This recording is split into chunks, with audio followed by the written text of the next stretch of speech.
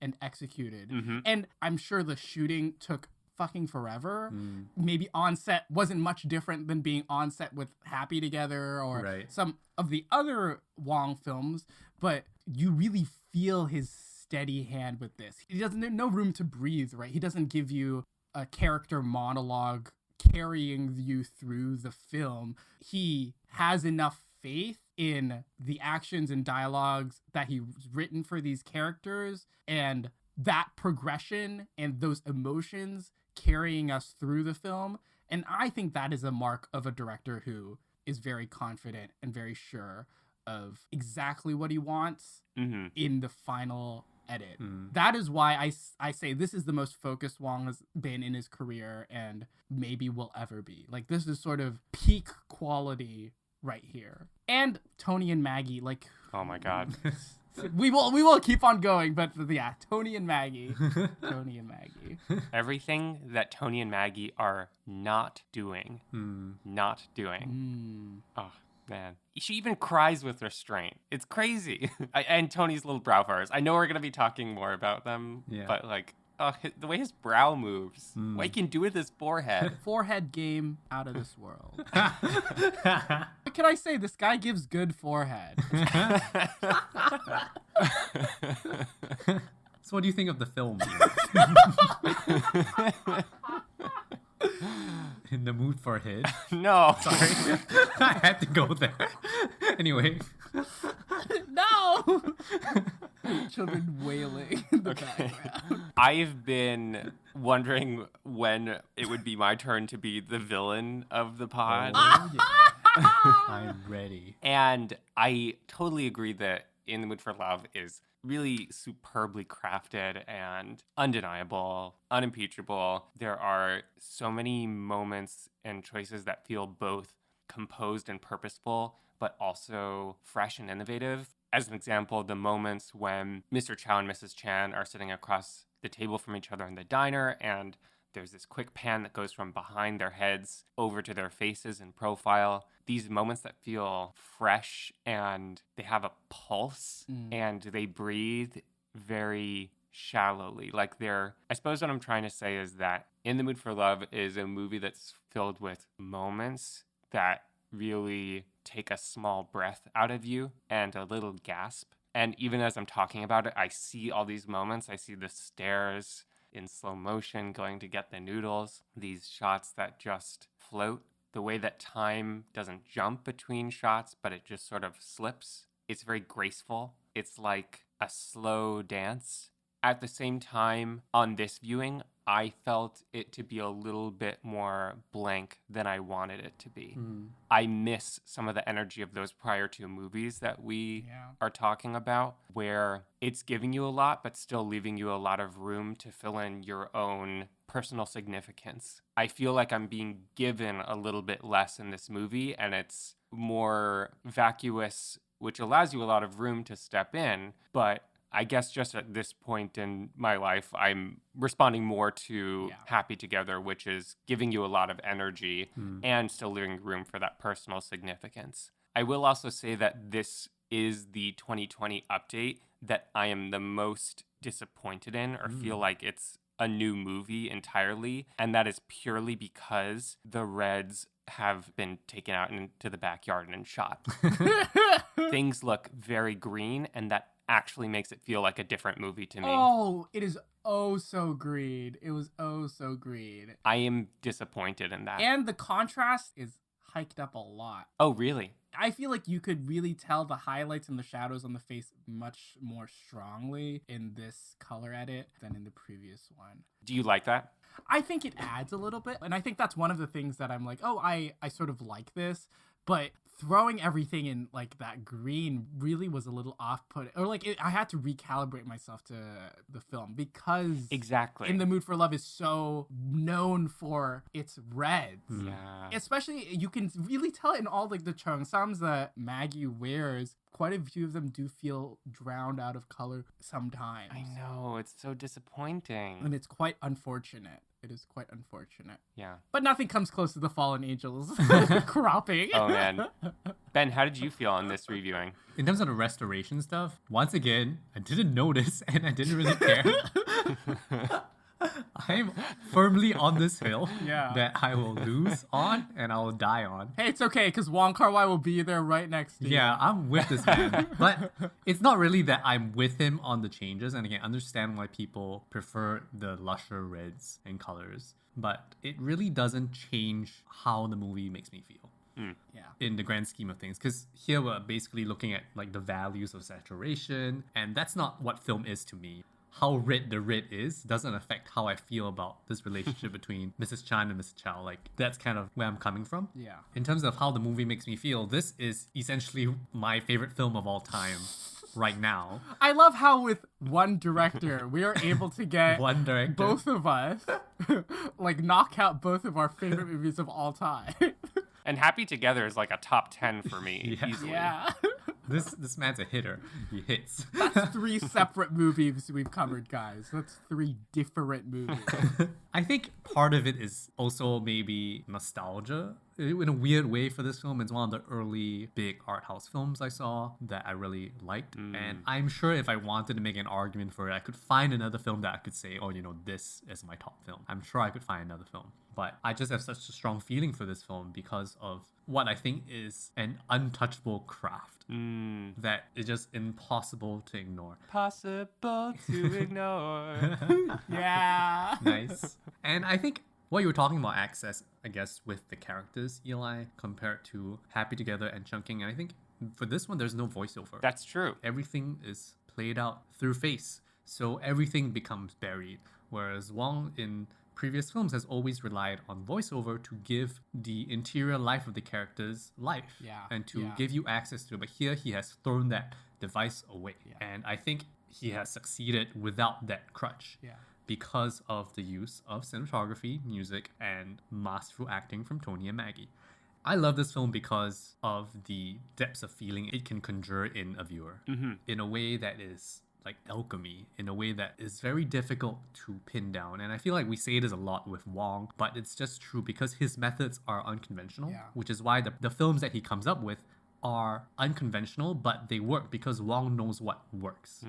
He might not know how to get there on day 1, but he knows what works at day, I don't know, Day whenever he figures it out. 400.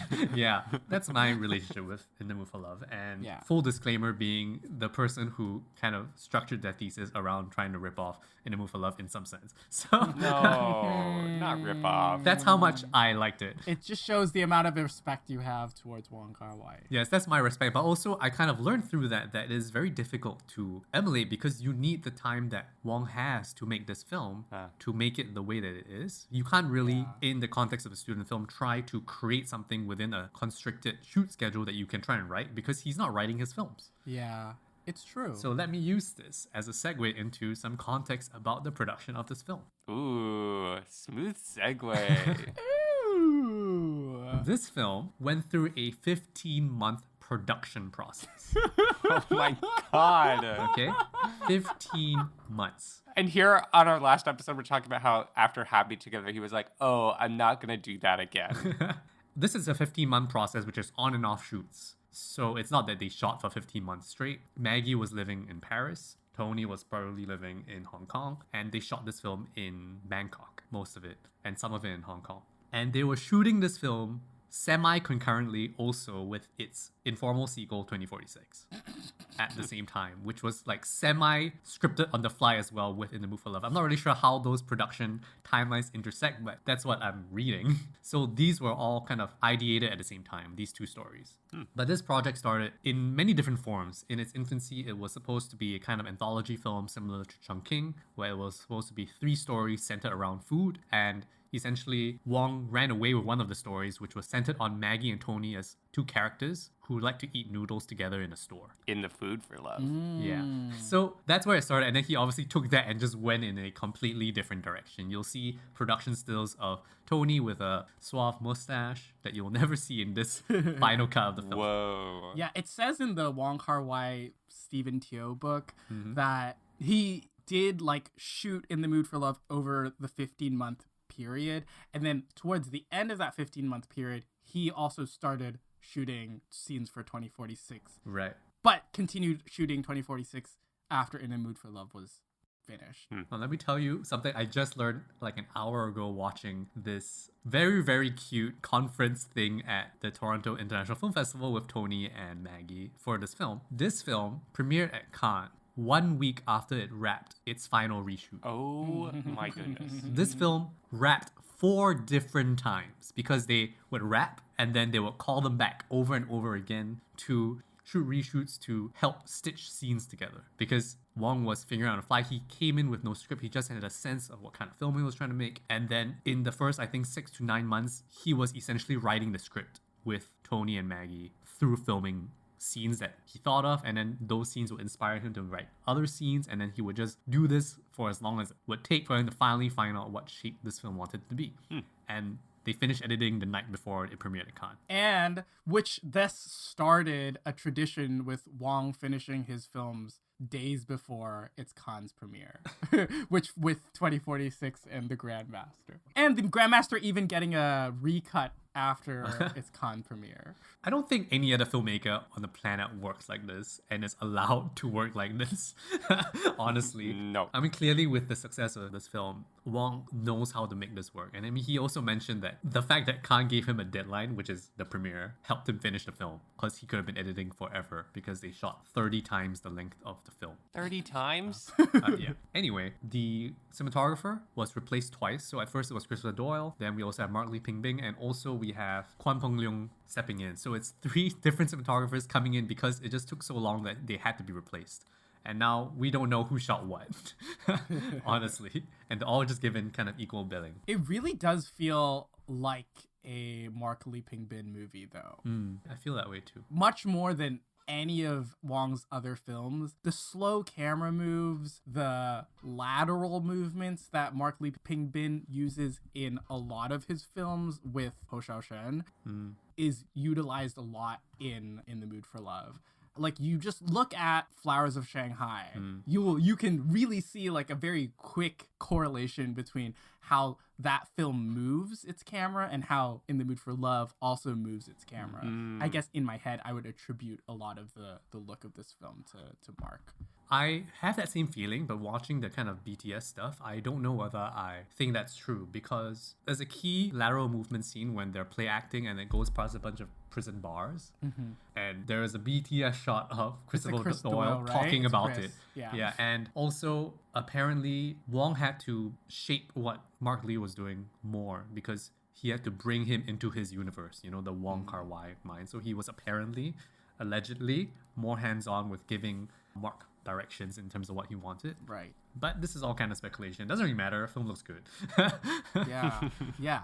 It looks fucking incredible. I feel like when Wong decides to be like, hey, we're not gonna do handheld. We're gonna like set this camera down on a tripod. We're gonna set this camera down on a track. Like, we're gonna go slow and steady with this baby. And when he switches it up, you know that he means it, right? Because most of his prior movies were shot very run and gun. Yeah. So when he makes the switch to go more slow and steady, there has to be a lot of intention behind it. The idea of restraint, it just covers this entire film in so many different aspects. Maybe the one aspect that it doesn't really do it in is production design. And William Chang just really goes off the fucking chain here. It's like everything is so gorgeous in this movie. Yes. Every background, every like plant pot, The wallpaper. the clocks, everything feels so appropriate to that time period, but also so like evocative and emotional for something that I've not ever been alive for. And the Cheung Sams, but we'll talk about the Cheung Sams. Yes. That's what I learned today, that William Chang was the fucking goat on this and did production design and fucking costumes. The king. He was picking the fabrics for the Cheung Oh Sams. my gosh. And editing, let's not forget. Wait, what the fuck? He edited? I'm pretty sure. So he's just doing all the work to make this look fucking amazing in terms of like putting the thing in front of the camera. Yeah, he edited with Wong Ming Lam. Wow. This guy does everything. Something in the camera movement that I noticed this time that I really love is a palindrome-like quality where a shot will drift over somewhere follow a character and drift back following another character. It's just a little poetic thing to do that feels very graceful. One of the best examples is in the hotel room with that mirror shot. Oh. One of the mirror shots tracks first to see Tony writing and then tracks left to see Maggie lounging. But when you track, he's just looking at different reflections of this 3-paneled mirror. Like, it's not of them, it's of their reflections. And I freak out whenever I see that shot. And I, like, know that it's going to go the other direction. It's going to, like, palindrome it up. And I, like, freak out because I know it's going to happen. It's going to be glorious. Wilson clapping and cheering at the screen as Wong moves the camera so slowly. The use of mirrors here to energize those lateral movements is also amazing. Yeah, and like they don't feel so constructed. Like it feels organic to the place. Like he found the reflection rather than, oh, let's do this right now. Yeah. Like the one I'm thinking about is when they're stuck in Tony's room, and then I think he's at the desk, and then it pans from him to her on the bed, and then to the mirror on the closet door, and it's him again. That's another one. It's the beauty about having to be locked in and shoot 3/4 of a movie in a fucking room. Like, you have to get creative somehow. That's how you get creative. They have to cut a hole in the cupboard, and where's Doyle or Mark Lee? Like, where are they? Anyway, I wanted to talk about the thing that you said, Wilson, when you were talking about your general reaction, which is that it felt so zeroed in. But knowing this extremely hectic production process where there was no sense of the ending, where the actors and Maggie in particular was struggling with how confused she was the whole time. She says this, that she was frustrated. It is a marvel that this came out feeling so zeroed in and so focused. And I'm wondering what both of you think about how you think he's able to do this. Yeah. It's hard. I think this being more closely linked to Wong's childhood, so something closer to like Days of Being Wild, where it's set in the 60s in Hong Kong, and something of such a distinct memory to someone like Wong, like the way it felt, the places, the people. Maybe in his memory, that's how he views it as, right? Whereas with Chungking and with Happy Together, he's trying to craft these wild scenarios, right? For these actors to play within. This feels more like, oh, let me try to like recapture this memory that is very specific and very personal to me, and I want to get it right and I want to get it perfect. And this is not about the story of the film. He was definitely not having an affair when he was like 3 years old.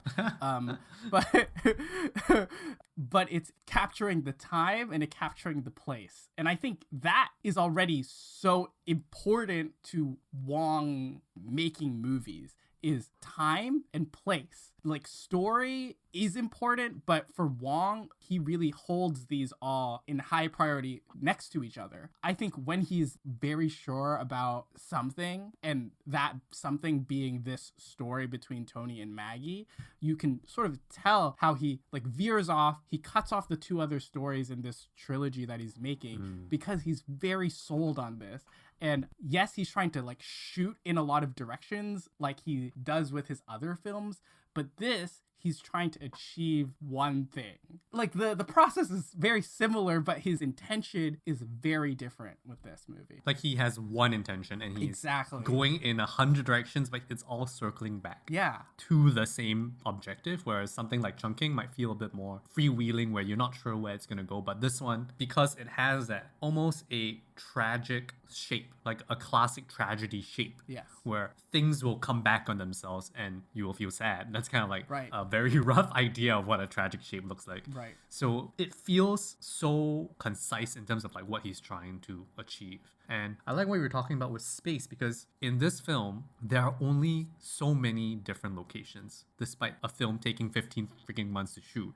Like, it's very specific about the places that he goes to, and I'm sure many locations were left on the edit room floor. But here, through the edit, they kind of figured out that the repetition of spaces and the revisiting of spaces is very important, because here he's trying to create a certain kind of repetition and rhythm through the narrative. And then eventually losing those spaces Yeah. as the story enters its final stretch, the way that things fade out. The kind of coherent search that Wilson is describing reminds me of what Ben has said in prior episodes about Wong Kai-wai having a single-minded pursuit of some emotional experience and really zeroing in on that. But it's subtly different, because here we're talking less about purely style and more a combination of style and narrative here. Yeah. Like the actual story events and the way that they circle and repeat Right. are part of the equation now. And we have noted how both Chungking Express and Happy Together had a looser narrative flow. I'm sure Wong shat himself when he figured out the story for this movie. Like he really No, just leave it there. like you would really feel like you struck gold with this premise here, because I think the amount of like feeling of unrequited love from both sides, from all four sides, you could even go all four sides, you could mine so much emotion out of this premise. That's why he probably shot himself. I've said this before, but it's a firecracker of a premise. Like, you tell me this as a pitch, I'm like, oh, okay, I'm sold. Because it seems like you can't fuck this up. You just need to make it Right. work. But of course, he's doing it in like the kind of Wong way where he's gonna... Yeah, the approach is so unique and incredible, and how in the first act, you as a viewer, if you're watching it for the first time, you're slowly figuring things out while they figure it out. Like, he's not giving you everything on a plate like he usually does. Like, a Wong Kar-wai monologue tells you so much. It gets you to the really heart of the character, but here, he realizes that his knowledge as a storyteller is his advantage, right? And slowly ladling out information works for this story because it's so potent. It can contain so much within it rather than going off in all directions. Not saying that whichever one is better, but... He really relishes being on a higher plane of story knowledge than you, and everything from why Mrs. Chan wants to get 2 handbags for her boss, which gets revealed in the next scene, to whether or not they are role-playing as each other's spouses or actually talking as themselves. The movie takes on this very curious dynamic in the middle section of the movie when you enter every scene not knowing who they are speaking as, themselves or their spouses. Fun fact, apparently those discussing about how they might make Tony and Maggie also play the spouses. But obviously that would be so fucking confusing. But I understand where he's coming from. He's thinking about that doubling and that inability to tell who is speaking in that moment. And I think those conversations are the ones I love the most, because in terms of trying to tell you what is happening through the confusion of are they talking as themselves or as their spouses to each other, is very interesting, engaging exercise as a viewer. Oh, yeah. You said earlier that Maggie had a lot of trouble and was very confused. I think that works in the movie's advantage, even though it really frustrates the actors because they're in that headspace of confusion, which leads you as an audience member to also be in this state of confusion. And I'm sure the characters themselves are confused about how they stand in this situation anyways. It's a whole confusion circle. Don't try to understand it. Feel it. To quote nothing in particular. That is just something I came up with. Tenet? It's from Tenet. Is it? It's from Tenet. A wild thought mind pops up. I'm waiting for Eli to become the villain here, but I wanted to talk about how I was just looking at people who were lukewarm on this film on Letterboxd. You're trying to hunt them down, huh? No, I'm just like, I'm very curious about why somebody might dislike this film. And honestly, as I was watching it this time, I was trying to poke holes in the film myself. I was trying to do that exercise. Yeah. I think the big thing that it comes down to is that some people find that it is a kind of style over substance affair, and that it is a somewhat shallow film. I can't necessarily fight back against that, because when you're trying to say what is substance, that's extremely subjective. Oh, for sure. Kind of judgment. What do you think is substance? What I think this film does well is that it is using style to tell story. Yeah. Whether it is through the repetition of shots and spaces and music. Yes. I think he does this better in this film than his other films, because the repetitions feel extremely considered. Yeah, I would agree. It's more intentional. It's there for a reason. There's more in purpose behind it. But I would say that my pushback against In the Mood for Love, if there are any pushbacks, I would say that it's very airtight. Like Eli said, I don't think Wong really gives you any room for you to feel out something else. It feels very controlled, and some would say maybe too controlled. But it's just all in him striving for perfection. And I understand that, I get that, but that's what I would push back against. In our episode on Carol, I think we talked about how there's a feeling that I got that's like, yeah, everything's perfect. But on the other hand, everything's perfect. It's undeniably well made. And there's something that at this point in my life doesn't excite me as much. Like, my top 3 picks of 2021 were The Inheritance, We're All Going to the World's Fair, and Mad God, which are all movies that trouble themselves and complicate themselves. And again, this is a me thing. It's not anything the movie's doing wrong, but I'm looking for more complication in what I watch. Complication in terms of how it's constructed, or like what it leads you to think about? Good question. I mean, In the Mood for Love is complicated in its construction, certainly. It is throwing a lot of curveballs with those questions of what is performance, what is authentic feeling. But maybe it is that question of what I'm coming away from the movie with. I feel a lot more purpose in the way the movie sort of peters out this time around. It is literally about how the strength of those memories fade for these characters, while also remaining emotional hot points, and time begins to move ahead exponentially quickly. But I find that just isn't sticking to my ribs right now. I'm very purposely trying to couch this. But I understand where you're coming from, and honestly, if somebody tells me that they think this film is shallow, I can't really say anything against that, because it is essentially a film about 2 people who like each other, but because of their circumstances, do not find that they can be together. That's the whole thing. It doesn't move past that. It is exploring that space essentially for the entire film. I can see why someone might find that shallow, and I think for me, I like it because it is digging so deep into this in a very fresh and exciting way. And I kind of disagree that he is working in a way more controlled than Chongqing or Happy Together, because in watching this again, yes, the edit is very tight and the repetitions are tight, but when I think about how varied the shots are and the way that different scenes are covered, that's where I feel like there is still a little bit of that Wong Kar-wai messiness of experimentation that excites me. The first thing that comes to mind is that diner scene with its whip pans when they start talking about the affair for the first time. This is like maybe 20-30 minutes into the movie, and the 2 leads finally talk to each other and reveal to each other that they have suspected their own spouses of the affair between each other. That's when the movie starts opening up into the performative aspects between them and them kind of skating around the rink of whether they're going to start falling in love with each other. Yeah. That diner scene, I think, is interesting. And also, what I found almost off-putting is the very first time you hear Shigeru Umebayashi's theme, the very signature theme that you hear. Umeji's theme. Yeah, Umeji's theme. Which we have recreated a cappella. Yes. That first time you hear it is when you see Mrs. Chan go to buy noodles, and then shortly after, Mr. Chow goes to buy noodles. And at that point, there is, as far as the viewer knows, zero spark between them. And it's a strange place to put that kind of needle drop, because there's no meaning behind it. Noodle drop. Noodle drop is good. But there's no meaning behind that in that first time you hear that, but it's just trying to set up the motif.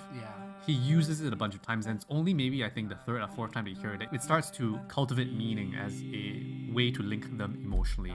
If anything, it begins as a theme of loneliness more than anything. I wrote down the exact same thing in my notes. Interesting. I was starting to think about the ways in which the significance of that piece of music changes. I totally agree. It starts as a marker of their individual loneliness, and then the loneliness that they share, and then the intimacy that they share, and the frustration that they share. Then at the end of the movie, the final time that you hear sort of this theme, it becomes a variation of itself.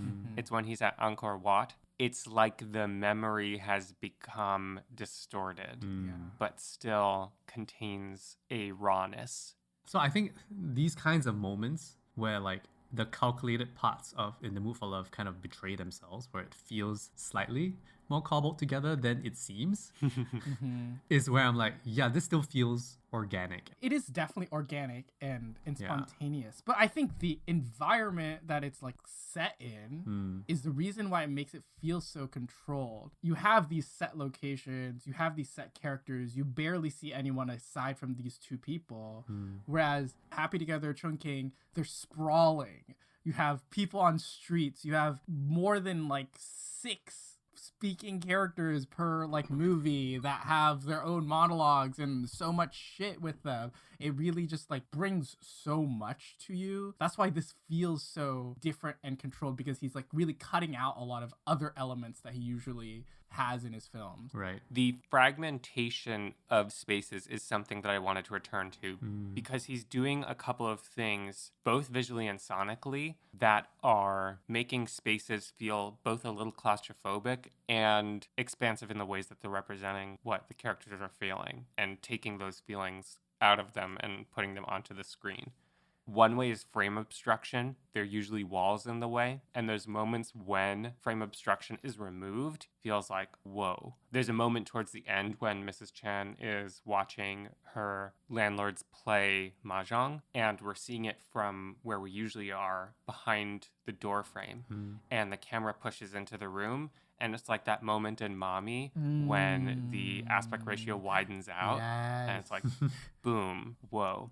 Another thing that Wong is doing is, even though we're seeing very few people, he's using off-screen sound to expand the world and the environment. There are times when you're in a room and you're listening to what's happening on the other side of the wall. There are workplaces where you hear other people working in adjacent rooms and other spaces. These are things that make the world feel a little bit larger than it actually is by implication. Yeah. And in a way, because you're in such a contained space on screen, it feels all the more lonely. Yeah. Because you're missing out on those things that you're not seeing. Yeah. And more importantly, I guess for the plot reasons, you hear the phone calls between their respective spouses. Yeah. That confirms to you as an audience that they are having an affair, but you never get to see their faces throughout the film. But I think these phone conversations are so important in order for you to just believe that they're having an affair really early on. They only exist sonically. So many things to respond to what you just said.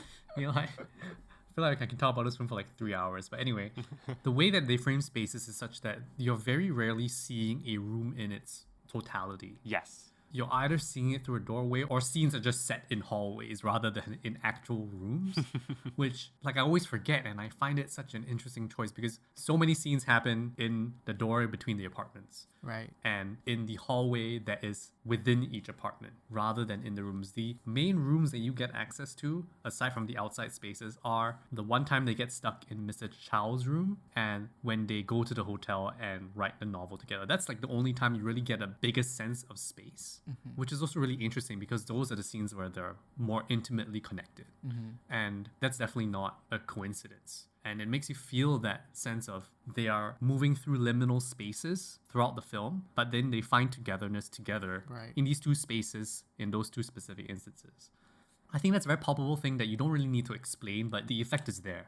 Something fascinating to me is when those spaces start to become the literal text of their subjectivity. For example, when Mrs. Chan is sort of ruminating to herself later on in the movie, and then you get an intercut to this long empty hallway with a red curtain flowing in the wind. Super simple, very tactile, and it tells you everything you need to know about what she's feeling. Man, that rushing up the stairs stuff, that's like... Oh, I can't wait. Why don't we talk about it? I was like, when are we gonna talk about it? Fucking incredible, man. This scene, it's such another outlier, you know? It's another one of those outlier scenes where you go from all this like stoic stuff and then bam, she's going up the stairs, she's going down the stairs. All these agitated cuts. Yeah. Yeah. And I think that modulation in this film is why it stays so engaging. I was trying to watch it and I was going to take a break for lunch and I just didn't have lunch until after I watched it. Because even though they keep on returning to these places, nothing's the same. He always finds a way to shoot it differently, or like maybe, yes, some shot placements like down the staircase is the same tilt down, but Maggie's always wearing a different cheongsam. Things are always changing, and it's the variation of everything, and how far you vary it from what is normal is what keeps you engaged. I learned a vocabulary word this week that I want to bring in here. Yes. The word is Gesamtkunstwerk. My God. Gesamtkunstwerk is a German term meaning total work of art. It is pulling in techniques and tools from other mediums into one piece. What Ben just said about the variation and these different dynamics that still feel coherent reminds me of something like a symphony and the different movements of a symphony and how it can take a theme and vary it and put it into a new emotional context. One of the great strengths of In the Mood for Love is that it does feel in its structure and variation like a piece of music, and also, of course, its grace feels like dance. Well said. Is it okay to hop onto a different track? Yes, is it villain time? It's villain. Ben's waiting for you to fight back against this movie. Yeah, I'm ready. I mean, here's the thing. It really is undeniably pretty perfectly made. Yeah. In the same way that for all of us, our favorite picks from Wong's filmography are things that escape some description. There's something that's just maybe missing for me here. If I can put a tiny nitpick onto the table, whenever a movie plays a sound from a sound library that I've heard before, it's like, oh, man, come on. What's the sound? It is the doors in the apartment, both opening and closing. Oh. I've heard those sounds 50 million times before. It's disappointing. I want to hear new sounds. You're on a set with doors. Just record them opening and closing. That's your nitpick? Yeah. I was expecting something way more incisive. Oh, well. How can Ben fight back against door sounds? You can't. It's a watertight argument. Those sounds have been used before. They were not recorded on set. Bummer.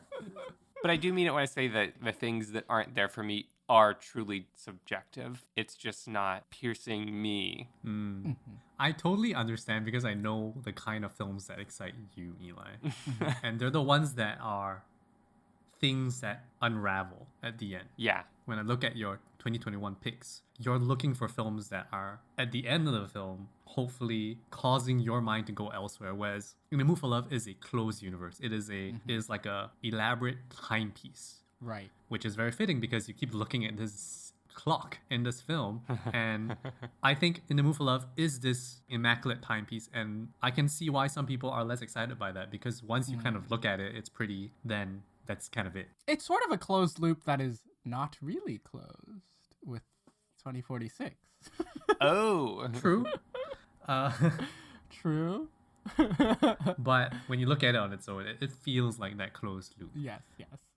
Yes, the ending, their individual fates are ambiguous, but their intertwined fate is set. It's set in stone. Yeah. Yeah.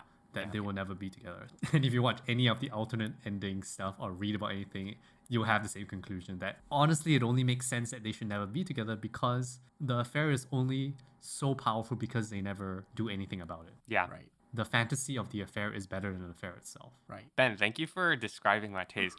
That felt like it resonated. Great. Ben, do me. Let me think. Sorry to put you on the spot like that. Don't do me. You don't need to do me. Only if you feel like it. I'll think about it. Okay, think about it. Come back to me.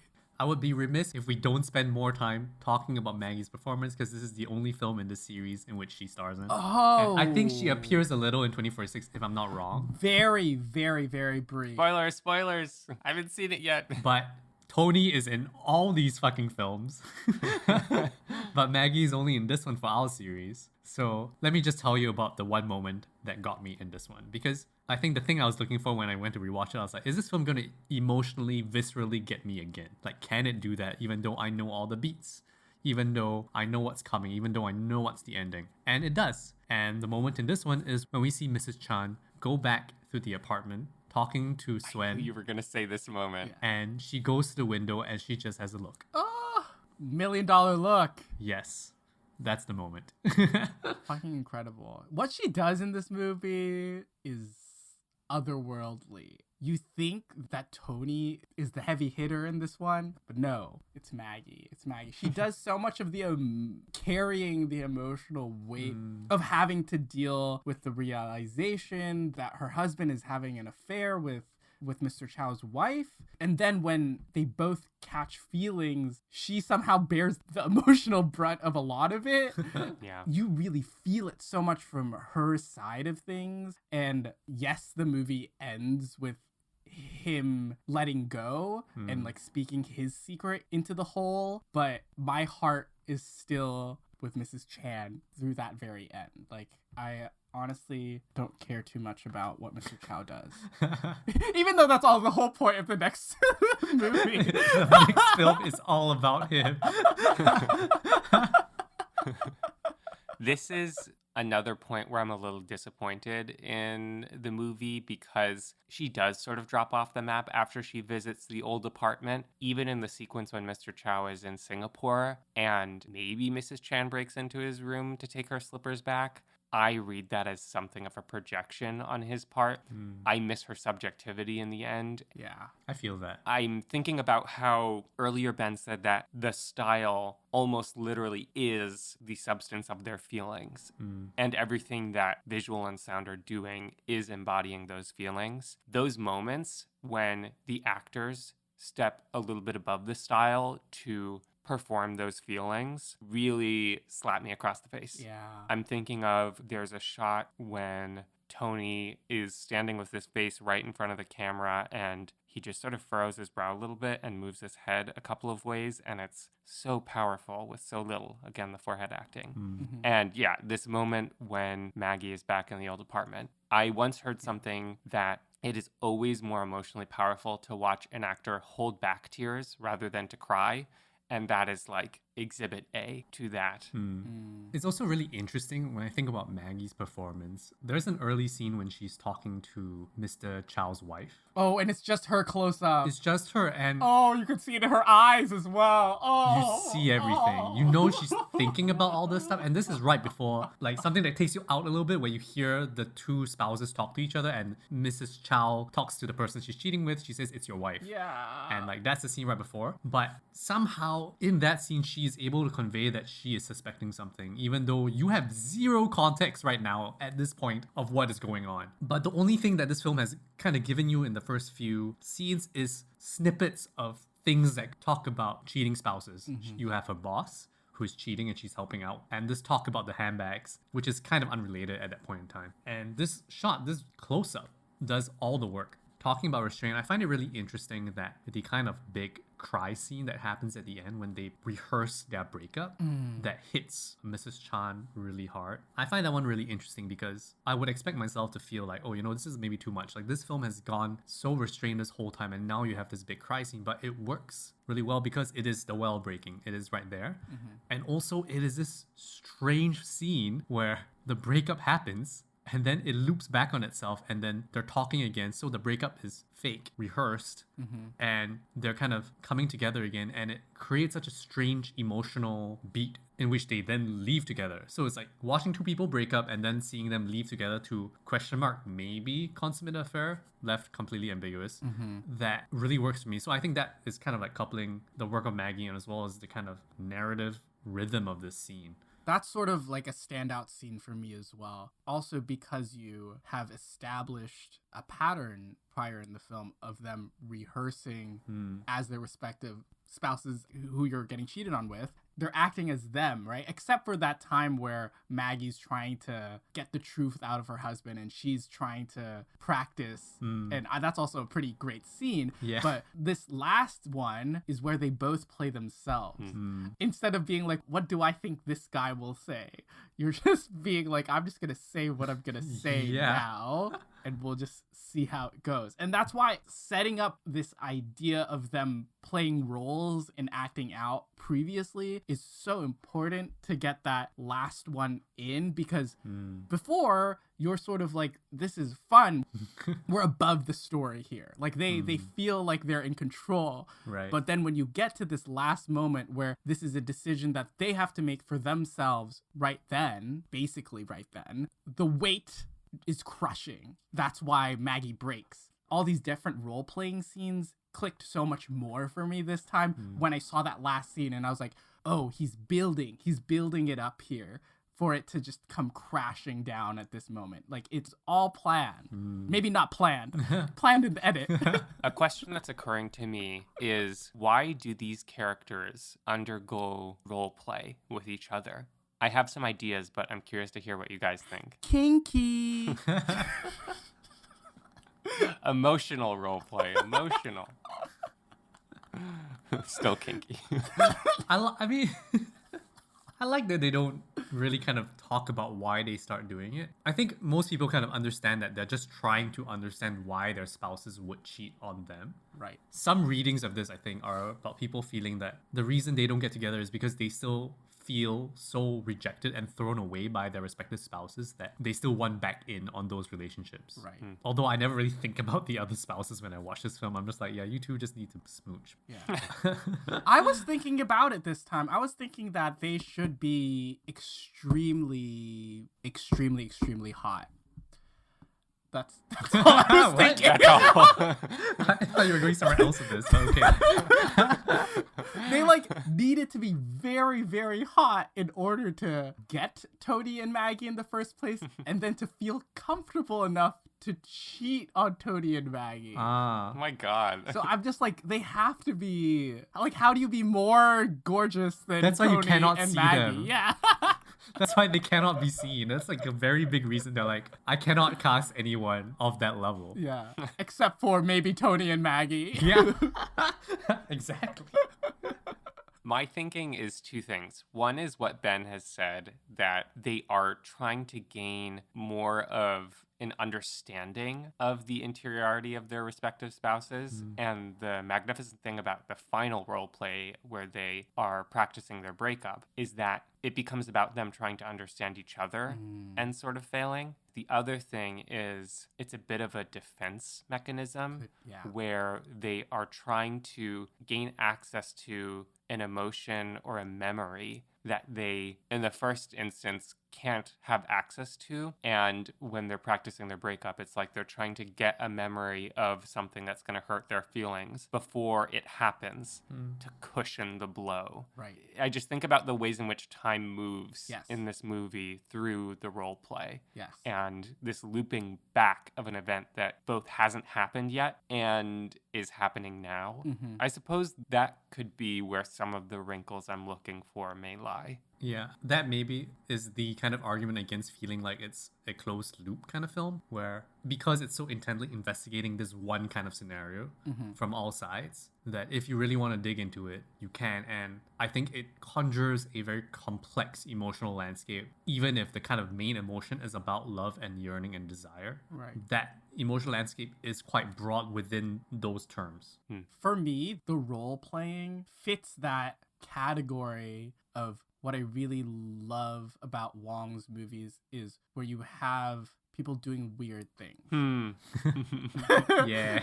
And for a movie so restrained, this is the weirdest it gets in The Mood for Love. Yeah, and there's some humor in those scenes, right? When Yeah, they're and there's role-playing. some humor. And what I really love about Wong movies is that they're so spontaneous and they're so fun, and people do some weird shit that's hard to be societally justifiable, but Wong makes it work.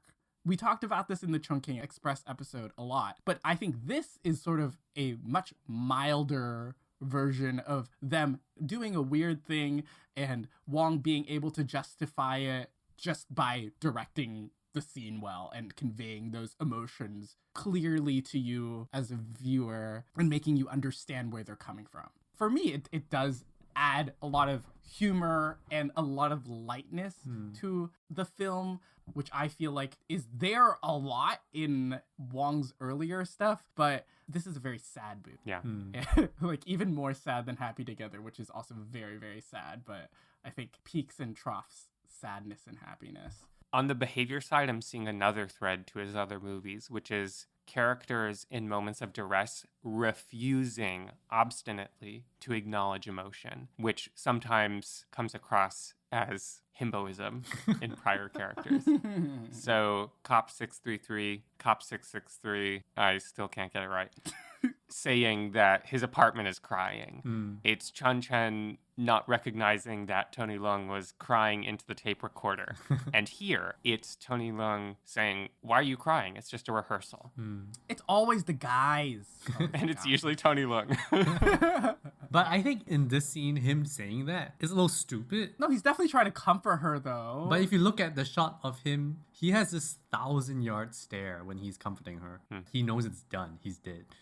I think all of Wong's films are about this regret of love. And I think the reason I have this nostalgia for it, because I like this one because when I was watching it, I was a person that was more about wanting to wallow in my feeling of lovelessness. You know what I mean? That's the kind of film that Wong is making. Every single film is about people holding on to things that they shouldn't be fucking holding on to. They need to throw that shit away. Every single one that we've talked about. Second story of Chungking. Yeah. Yes, also, you see, if you think about Chungking's second story, he holds on to his air stewardess girlfriend and then finds a new air stewardess girlfriend, but he doesn't know she's coming back, and then he decides to set up shop in the shop that he met her. Which is a terrible idea. Okay. That's how you will never forget her. And so those are the kind of decisions that they make. They choose to wallow in their sadness. Yeah. That's a great connection. Honestly, they're idiots. Jeez, what does that say about us? That we love this? I don't know. I think that's why this whole idea that the fantasy of the affair is better than the affair itself is so strong in this, because it's just true. It is universal. The thing that you want the most and you don't get is perfect. But it's not perfect. On this, a conversation that runs through this movie that I find really interesting is the personal cost for these characters of being in any relationship. They talk about the independence they lose and living for yourself versus how they feel that their individual selves become subsumed in the couple. It is exactly what you're saying, Ben, that they prefer the idealized view of being in love to the sticky pragmatics of being in a relationship. Yeah. I had a question. What the fuck has to do with Cambodia at the end? What is happening there? Great question. I'm very confused. I have always wondered every single time I've watched this. So this time, I decided to do a little research to figure out what is happening with this little Cambodian detour that the film goes to with the coda. Yeah, like at the end of Happy Together, it ends on this like big historical note where Deng Xiaoping dies, right? And then at the end of this film, when it travels to Cambodia in 1966, you see, I don't know these people, French guy meeting a Cambodian guy. Charles de Gaulle. Yeah. De Gaulle. After doing the research into this, I found it's an amazing choice, because this kind of loops back into what we were talking about with Happy Together, which specifically was made because Wong wanted to get out of Hong Kong, wanted to make this film that was a little bit about him trying to escape what was happening with the handover of Hong Kong. And I think this is echoing that sentiment. The reason why he kind of uses this 1966 Cambodia visit from Charles de Gaulle from France. Other really important touchstones in terms of the period of this is that Wong is from Shanghai and his family moved to Hong Kong. And he actually didn't speak a word of Cantonese until probably later in his life after he moved. And so a lot of that is from his childhood. And I'm sure he has memories of living in Hong Kong in the 60s. The first thing is, you see when Mrs. Swen leaves, she talks about how Hong Kong is chaotic right now in 1966. 66 and 67 are when these Hong Kong riots happen, where Chinese Communist Party supporters are rioting against British colonial rule, which is where the unrest is coming from, which is really interesting. That is why Mrs. Swen's family wants to move to America to get away from that protesting that is happening. And what's happening with Cambodia is that the ruler of Cambodia, Sihanouk, this is the last moment of his rule, essentially. Like when de Gaulle visits, he's hoping that France will help Cambodia. so that he could reduce the country's reliance on China. Ah.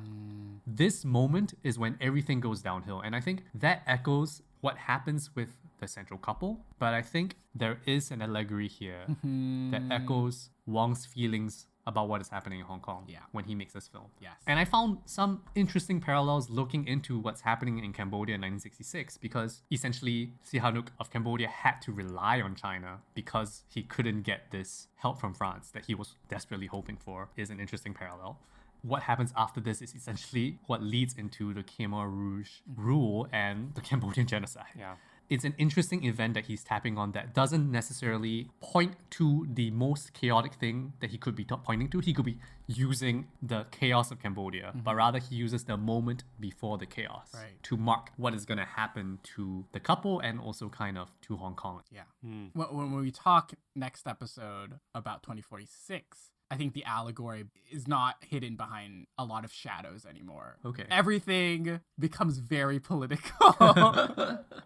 Or it feels very politically allegorical. And I think this time watching Wong's films, I do get a sense that he is a much more political filmmaker than I thought so before. I think that's one thing that I'm really discovering this time around. And I just think that it would be impossible to make original movies in Hong Kong around the time of the handover without in some way talking about it. Like, I think it's very hard because that's what everyone was thinking and talking about. I mean, to give some context to the making of this film, he wanted to shoot a version of this called Summer in Beijing, in a restaurant called Beijing. Because of censorship, he was not able to get the funding to shoot in China. And so that is also part of the history of the making of this film. Fun fact, Summer in Beijing was supposed to be a musical. That's What? Really? That's why this week there was a tweet going around talking about what is your white whale? What film is your white whale? Like, what movie didn't get made but you wish got made? And Summer in Beijing is my white whale. It doesn't exist. Wing Xia made a poster for it. Oh yeah, I saw the posters. It very much fully semi-existed someplace in Wong's mind. There's a few things I want to watch. Apparently there's a short film cut called In the Mood for Love 2001 that was screened at Cannes in 2001 that was using footage from early parts of the shooting of In the Mood for Love that were completely excised. It was screened once at a private masterclass at Cannes. Wow. Damn. And I want to see that because apparently it also formed the inspiration for My Blueberry Nights. Ah, incredible. And of course, I'm just starving for more Maggie content, so yeah. Yes. It was set in a 7-Eleven? Yes! Apparently it was set in 7-Eleven. I don't even know. I want to see this thing. My God. Yeah. Wild. Tony Leung picking up like a hot dog. And Maggie essentially kind of stopped working Yeah. regularly after In the Mood for Love. She made Clean with her now ex-husband Olivia Assayas. Boo. And I think that was her last major film role and she was done. Wow. I'm putting it out there. Has Maggie Cheung seen Bergman Island? Can someone tell me? Does she see Olivia Assayas in Tim Roth's character? Someone DM us. Let us know. Maggie, if you're listening. Yeah. Imagine if Mia Hansen-Love casted Maggie in the Vicky Krieps role. Oh my God. How fucked would that be? Yo, teaming up to defeat an ex. Yo. Oh my goodness. Wow. That's my white whale right there. That's my real white whale. Oh my God. Let's wrap this up. Any final thoughts on In the Mood for Love? Okay, final thoughts. I really love this movie. It's not my favorite, but it's the best. And I think it's really telling that we have different Wong Kai-wai faves because there's really a Wong for you.